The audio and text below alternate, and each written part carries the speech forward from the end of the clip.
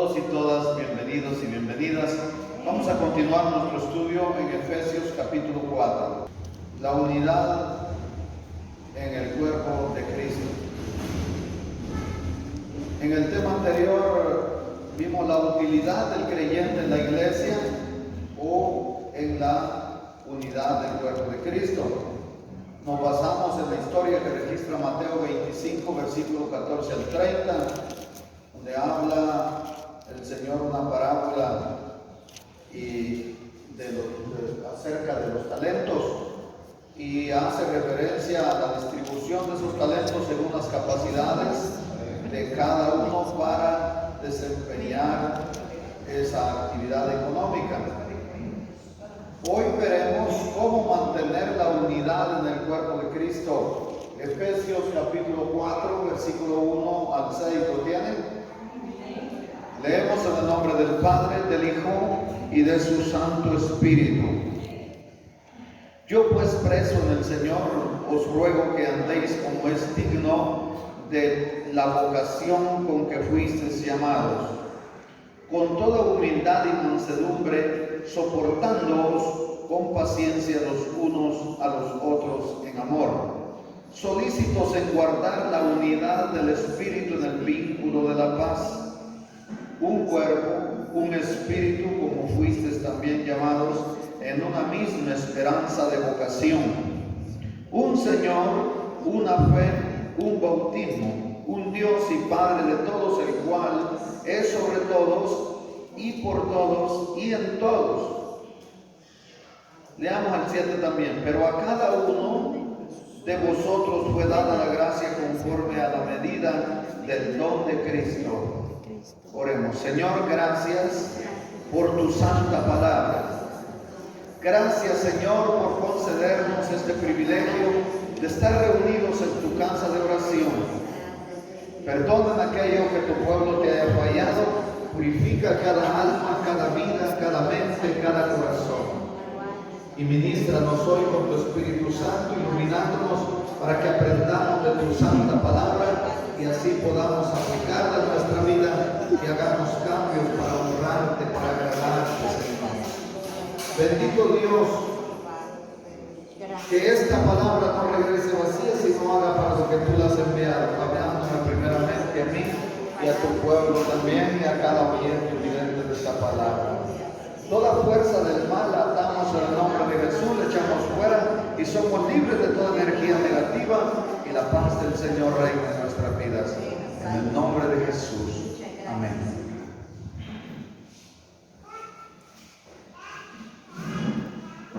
¿Cómo mantener la unidad en el cuerpo de Cristo? ¿O cómo mantenernos en comunión? En este tiempo, más que nunca es necesario entender que Dios nos ha llamado a estar en unidad como iglesia que somos, como el cuerpo de Cristo que somos. Debemos perdurar en esa unidad. ¿Por qué digo esto? Porque la influencia que la sociedad tiene sobre nosotros es muy seductora en este tiempo. La idea del individualismo ha ido entrando en nuestra cultura. Todo el mundo se ocupa de lo suyo y suelen decir: no te metas a problemas por otro. En la capital y en Escuintla, donde yo pude observar, ahí asaltan a las personas frente a multitudes, le quitan la vida a una persona en medio de multitudes y nadie dice nada, nadie hace nada, mucho menos. Llega la policía y entrevista y dice: ¿usted vio quién fue? Y dice: yo no vi nada, aunque haya sido frente a ellos. Eso es individualismo, que a nadie le interesa lo que a otro le pase.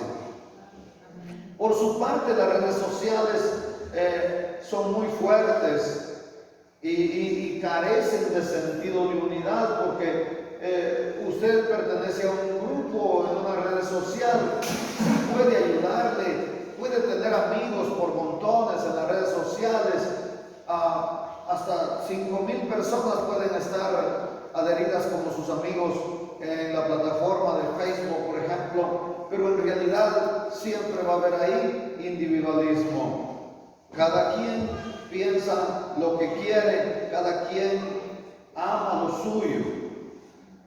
¿Y por qué nosotros no vamos a cumplir la perspectiva de Dios si tenemos unidad en las redes sociales? Sencillamente por eso, porque cada quien piensa como quiere y hace lo que quiere, lo que le conviene. Es más, hay libre expresión ahí, libre emisión del pensamiento también, pero todo eso no nos ayuda para nada, más nos empuja al individualismo y a pensar cada quien como quiere y como le conviene. Pero la iglesia no fue llamada a eso. Nosotros no fuimos llamados a pensar y a hacer lo que bien nos parezca, sino a pensar y a hacer como Cristo nos dijo que actuáramos y pensáramos. Amén. Así que tenemos un modelo a seguir. Tenemos a quien imitar. Pablo por su parte dijo, imitadme a mí porque yo imito a Cristo. O como la Reina Valera dice, imitadme a mí porque yo imito a Cristo. O como yo imito a Cristo. Amén. Así que hermanas y hermanos, seguimos a Jesús y formamos parte de su cuerpo. Por eso caminamos con Cristo. Y queremos hacer lo que Cristo quiere que hagamos y nos sujetamos a su voluntad. Por eso Pablo decía, estoy juntamente con Cristo crucificado. Y cuando alcanzamos a entender esto, nos damos cuenta que no debemos hacer nuestra voluntad. Las Sagradas Escrituras, la Biblia o la palabra infalible, como usted le quiera llamar, nos habla acerca del cuerpo de Cristo y al respecto nos dice que Jesús mismo es la cabeza. Y esto también no debemos perderlo de vista porque mucho cristiano hoy día no le da ese lugar a Cristo, sino que quiere tomar ese lugar. Y ahí es cuando perdemos de vista la autoridad y el señorío de Cristo. Es necesario entonces que nosotros estemos al pendiente de que cada cristiano fue llamado a realizar una actividad específica en el cuerpo de Cristo, pero que a pesar de que cada uno tiene una función en el cuerpo, Dios no quiere en ningún momento el individualismo. Él es un Dios de unidad. Si ustedes se dan cuenta, en el capítulo 2 del libro de los Hechos, el Espíritu de Dios llenó la casa, como un viento fuerte sopló y se le repartieron lenguas de fuego a cada uno. ¿Pero por qué? Porque estaban todos unánimes juntos, porque Dios es Dios de unidad. Amén. Efesios capítulo 4 nos habla precisamente sobre la vida práctica de la iglesia. Efesios 4 nos enseña acerca de la parte práctica de la iglesia, la conducta terrenal de la iglesia. Pablo dice del verso 1, yo pues preso en el Señor, os ruego que andéis como es digno de vocación con que fuisteis llamados. Tenemos un llamado y lo primero que debemos hacer es entender nuestro llamamiento. ¿A qué fuimos llamados? ¿Para qué fuimos llamados? ¿Dónde estoy? ¿A qué cuerpo pertenezco? Pues al cuerpo de Cristo. Amén. En este capítulo la iglesia es representada como un hombre nuevo, tal como dice 2 Corintios 5:17, de modo que si alguno está en Cristo, nueva criatura es. Las cosas viejas pasaron y aquí. Así que la iglesia es un hombre nuevo.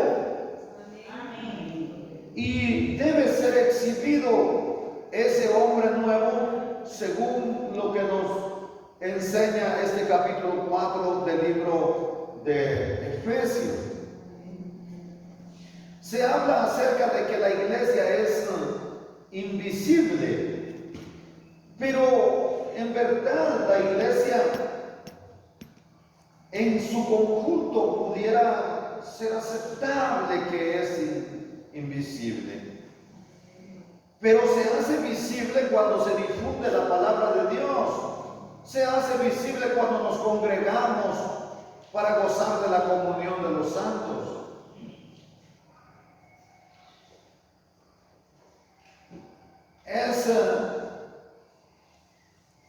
Es bastante complicado cuando pensamos de dónde venimos o dónde estábamos antes de estar aquí.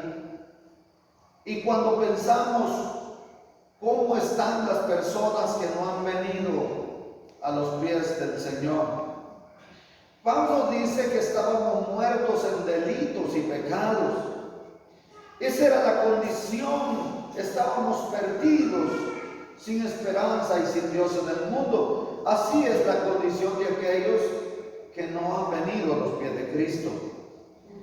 Hoy nosotros oímos acerca de muchísimas religiones y que enseñan actitudes erradas a sus feligreses. Ha surgido la nueva iglesia del humanismo y especialmente ellos, pero ya habían religiones que enseñaban y decían: haz algo si quieres ser alguien, tienes que esforzarte, tienes que hacer algo ahora para que puedas ser alguien. Pero la Biblia dice que están muertos. Entonces no puede hacer algo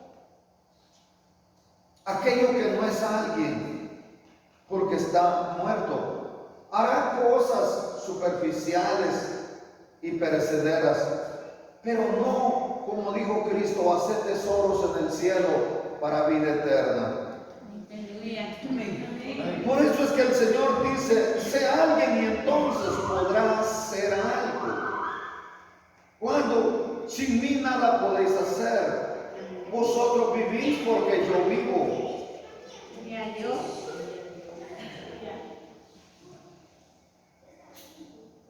Si usted es un cristiano verdadero, puede ver a su alrededor y usted se dará cuenta de quién es creyente y quién no lo es. Las personas que únicamente están junto al camino no lo pueden notar. Pero nosotros, si nos apegamos a las verdades de Cristo, no solo nos daremos cuenta si estamos bien, porque seremos nuestros propios jueces y aún los profetas de nuestra vida para el mañana, sino que también nos daremos cuenta que muchos que profesan ser cristianos no están viviendo como Dios quiere que vivan. Volvamos a leer el verso 1. Yo pues, preso del Señor, os ruego que andéis como es digno de vocación con que fuisteis llamados. ¿Cuál es esa vocación? Es que nosotros denotemos en nuestro proceder los frutos del Espíritu. Pablo nos rogó, obviamente aplicación de la palabra a nuestro tiempo, que viviésemos una vida digna del Evangelio.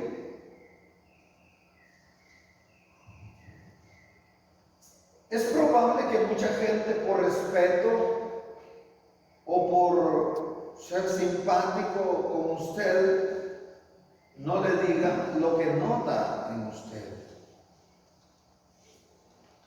Pero sin lugar a dudas hay muchísima gente evaluando a cada uno de nosotros. ¿Qué es lo que evalúa nuestro comportamiento? ¿Cómo hablamos? ¿Cómo vestimos?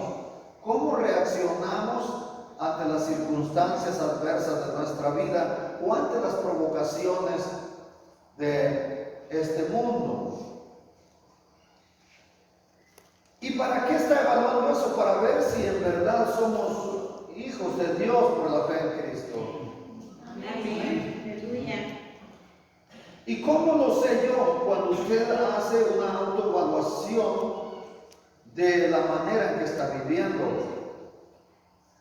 El apóstol Juan en el versículo 7 del capítulo 1 dice lo siguiente: pero si andamos en luz, como Él está en la luz, tenemos comunión unos con otros, y la sangre de Jesucristo su Hijo nos limpia de todo pecado. Si andamos en luz, hay un requisito para que haya comunión entre nosotros. No puede haber comunión entre un llamado cristiano que no anda en luz y un llamado cristiano que sí anda en la luz. ¿Por qué? Porque para eso debe estar en comunión con Cristo, que es la luz. Aleluya. ¿Y qué quiere decir andar o vivir en luz? Es sencillamente andar o vivir a la luz de la palabra de Dios. ¿Qué es eso? En primer lugar, debemos dedicarle tiempo al estudio de la palabra de Dios para que podamos cumplir sus preceptos, para que podamos someternos a sus reglas y para que amemos los dichos del Señor. Amén. Amén. No hay otra forma de vivir en compañerismo con Dios y su Hijo por medio de su Espíritu. El Señor dijo: el que me ama, mi palabra guardará. En primer lugar, guardar su palabra. Nadie puede guardar o considerar o cumplir una palabra que desconoce. Es necesario conocerla para amarla. Y cuando amamos su palabra, Él dice: mi Padre le amará. El Señor Jesús le amará, el Padre le amará. Y dice: y vendremos y haremos morada con Él. ¿Cómo? Mediante su Espíritu Santo. Esa compañía o ese compañerismo con Dios solo lo tendremos al vivir a la luz de la palabra de Dios. Es lo que estaba expresando precisamente Pablo a los de la iglesia de Éfeso. Estaba expresando sus ruegos en base al llamamiento que ellos habían recibido. ¿A qué? A vivir a la luz de la palabra o a la luz del Evangelio, que es buena nueva de salvación. Lo que les explicó y es aplicable para nosotros es que en la economía o en la administración de la gracia de Dios debemos vivir bajo ese mismo orden. No podemos salirnos. En el verso 2 dice: con toda humildad y mansedumbre, así es como somos llamados a vivir. Hermanas y hermanos, pero hablemos sinceramente que esto nos cuesta. A todos nos cuesta. Mayormente cuando nosotros no tenemos carácter fuerte. Hay muchas personas con temperamento fuerte y con carácter débil. Y por eso es que no podemos vencer lo malo. Entonces, hermana y hermano, yo escuché a un expositor que hablaba sobre la diferencia entre el carácter y el temperamento. Le dijeron: ¿ves a aquel señor que está allá? Y él dijo: sí, lo veo. Ese señor tiene carácter fuerte, ¿quieres saludarlo? Y él dijo: pues voy a saludar al hombre de carácter fuerte. Y cuando llegó el hombre, apenas dio la vuelta, medio lo vio, le hizo señal de mento y luego volvió a su sitio. Y dijo: ese señor no tiene carácter fuerte, ese señor es un tímido. Le dijo: no, es que es por eso. Él tiene carácter fuerte y por eso domina su temperamento. ¿Qué es eso entonces? cuando llegan los momentos difíciles en que vamos a explotar, debemos, oiga, tener la capacidad de sobreponernos a nuestro temperamento, y eso es lo que a mí me cuesta. No sé si a ustedes, pero cuando alguien llega insultándote, ¿acaso no dan ganas de insultarle también? Cuando alguien llega porreándote, ¿acaso no dan ganas de quitarse el sensibilidad también? Entonces, nos está diciendo que debemos vivir conforme a nuestro llamamiento. ¿A qué fuimos llamados? A la humildad y a la mansedumbre. Ay, hermano, pero eso no dice la Biblia, lo que usted está diciendo. Bien, eso nos da a entender, porque a continuación dice, soportándoos con paciencia los unos a los otros en amor. Para que usted se dé cuenta, no es nuevo el hecho de que cueste tolerar a las demás personas, mayormente cuando son fastidiosas, cuando son irrespetuosas, cuando son personas inconscientes, de personas que no son considerables a las buenas acciones. Hay personas a las que usted les dice, mira, estoy muy mal, puede ser que yo ya voy a morir y quiero estar en paz contigo, y al rato casi son capaces de aporrearle, porque no les importa si usted está bien o está mal. Y aunque usted les haga 99 cosas buenas, si una no le gusta para completar las 100, a usted se la comen o se lo comen. Esa es una persona mal agradecida. La persona mal agradecida, a usted le puede hacer todo el bien posible, que si no le cae bien la carita suya, de todas maneras quiere poner una horca en la viga y colgarle. Pero ahí es donde usted realmente debe ser paciente y debe ser manso, debe tener humildad y soportar con paciencia esas actitudes. ¿Por qué? Por el amor de Cristo que hay en usted. Amén. Así dice, con paciencia los unos a los otros en amor, solícitos en guardar la unidad del Espíritu en el vínculo de la paz. Con toda humildad. Yo quisiera hacerle una pregunta: ¿es usted humilde? ¿Es usted humilde? Ay, hermano, ¿y qué es ser humilde? Para empezar, en el ejército le enseñan a los reclutas que van entrando, en la escuela de la policía también se le va enseñando, para prepararles que todo está en la mente, que deben ejercer el poder de la mente sobre la debilidad del cuerpo. Entonces, hermana y hermano, también aquí en la milicia del Señor se enseña esto, que una persona que es humilde es aquella que tiene una mente no altiva.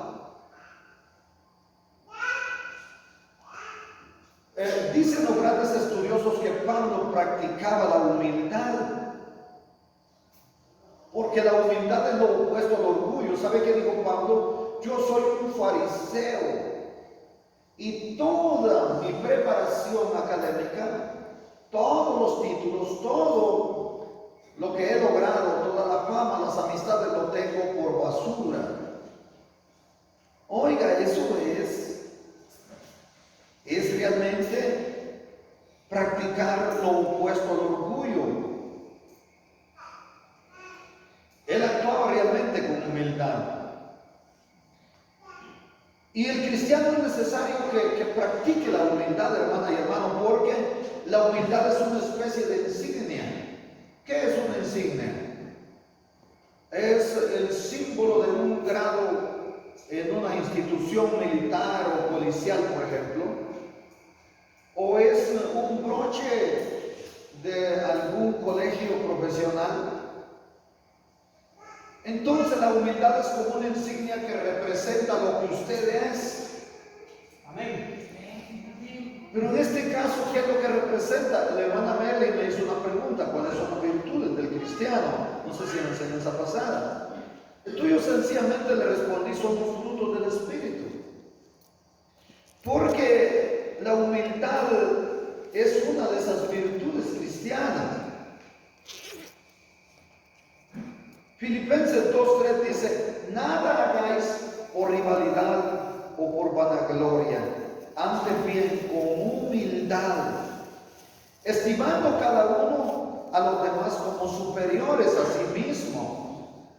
Esto es lo que debemos considerar como superiores. Es decir, cuando usted se para aquí a enseñar, o en mi caso, en esta ocasión, no debo hacerlo como superior a ustedes. Yo he llegado a congregaciones donde, ¿sabe dónde está el pastor? Aquí arriba está sentado, dice, nunca lo veo uno sentarse allá entre los miembros, porque cree que es superior y que es tan santo que no puede estar junto con los feligreses, y está arriba como un rey, como un pavo real, o como un don fulano que no quiere estar entre los miembros. Eso es creerse superior a los demás, pero eso es antibíblico. El hecho de que se le haya dado el privilegio de pastorear la congregación no implica que sea superior a los demás. No, porque aquí dice, estimando cada uno a los demás, miren, como superiores a él mismo. Es decir, yo debo estimar a los demás como superiores a mí, porque no existe un pastor sin una congregación. Es decir, la congregación es la valiosa para que yo sea pastor. No es el pastor el valioso para que usted sea congregación. Porque oiga, si aquí yo ahorita renuncio al pastorado, le aseguro que si ustedes ponen un anuncio, mañana tienen 20 queriendo ser pastores de monte de la presencia de Dios. Habrán muchos mediocres que hasta abandonarían su propia congregación arruinada que tienen para venir a ser pastores aquí. Amén. Lo harían. Cualquiera diría, ¿dónde está mejor el asunto allá? Y hay un templo construido, hay propiedad, no se debe nada, hay bastante gente, es bonito ahí, hay música, y hasta pensarían en el aspecto económico. Y entonces el pastor no es el superior, es la congregación. Y la Biblia lo dice. Ahora bien, pero hay otro contexto. Dice la Biblia, esto también para balancearlo a ustedes, porque no vaya a ser que se vayan diciendo, no, hombre, si aquel no es nada, yo soy el... Pero es que es en unidad, hermana y hermano. A cada persona individualmente la palabra le da otro mandamiento. No tengas un concepto de ti mismo más alto del que debes tener. ¿Se da cuenta? La Biblia, hermana y hermano, lo regula todo. Aquí está hablándonos a todos. Yo, al dirigirme a ustedes, no debo considerarme superior. Pero como personas individuales en el cuerpo de Cristo, no debemos tener nunca, ni ustedes ni yo, un concepto más alto del que debemos tener. ¿A dónde nos está mandando entonces la Biblia? A la humildad, hermana y hermano. A la humildad, para que no haya en nosotros orgullo. Entonces, es la Biblia el manual de vida. Es la Biblia, es el manual del modus vivendi de la iglesia, de la forma de vida, del debe ser o el deber ser de todo cristiano. Y sabe una cosa, Jesús vino y caminó entre nosotros porque tomó la forma de siervo. Y él con sus propias palabras en Mateo 11:29 nos habló respecto a lo que le estoy hablando yo ahora.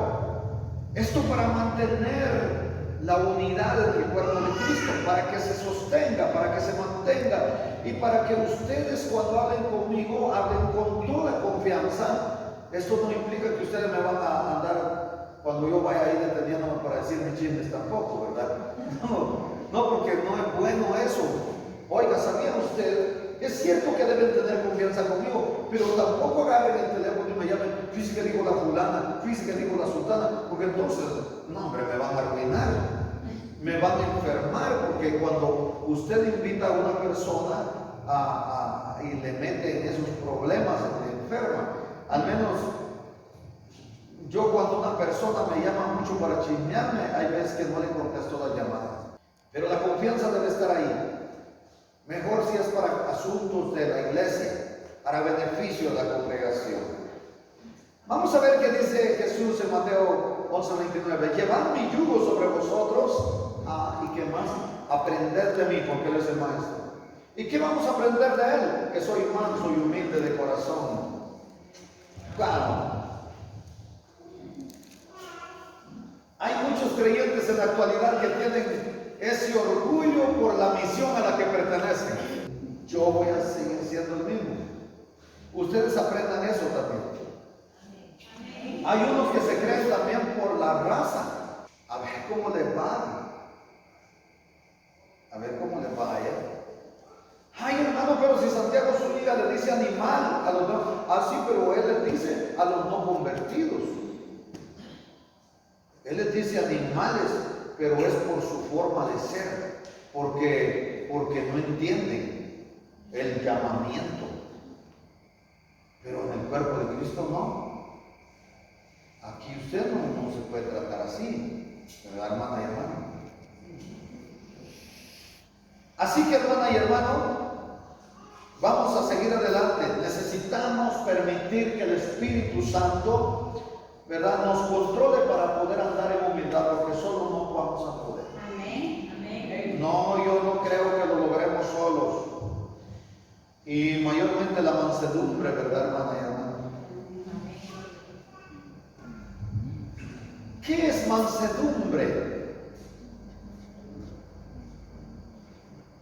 Es la disposición a cumplir la voluntad de Dios, por ejemplo. Pero eso tiene un costo. Claro, tiene un costo, porque hay gente que abusa. Entre más usted practica la humildad, la mansedumbre, quieren montarse en usted. Eso es así. Pero esto es realmente la mansedumbre, inclinarse a hacer la voluntad de Dios.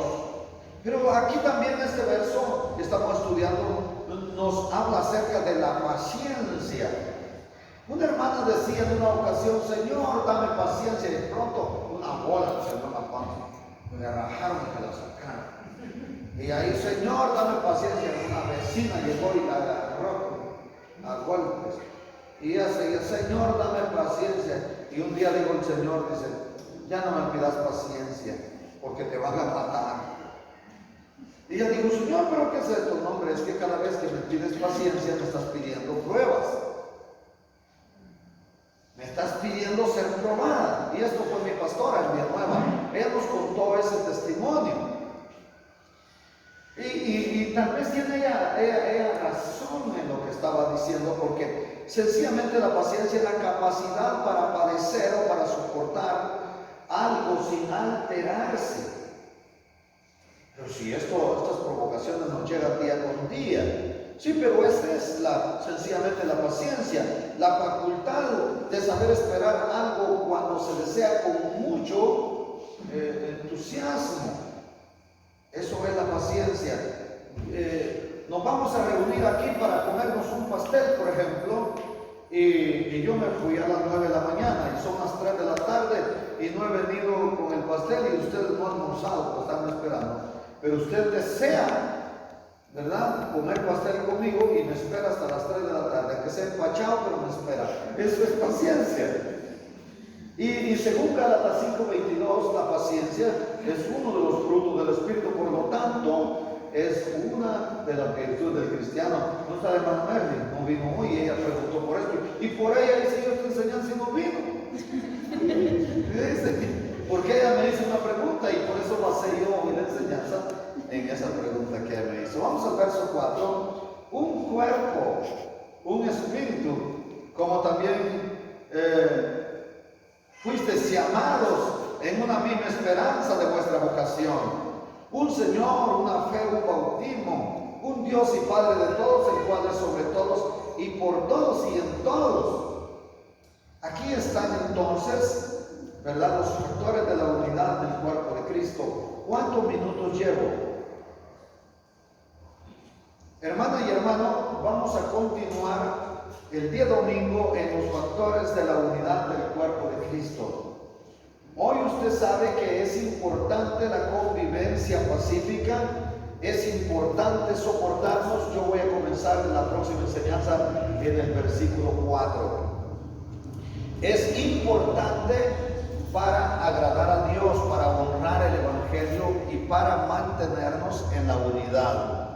La paciencia, la mansedumbre, ¿y qué más dijimos? La humildad. Tres frutos del Espíritu que deben perdurar en nosotros. Por la hora que ya está oscureciendo, voy a dejar hasta aquí. Continuamos ahí los factores, ¿verdad?, de la unidad del cuerpo de Cristo. ¿Tienen alguna pregunta?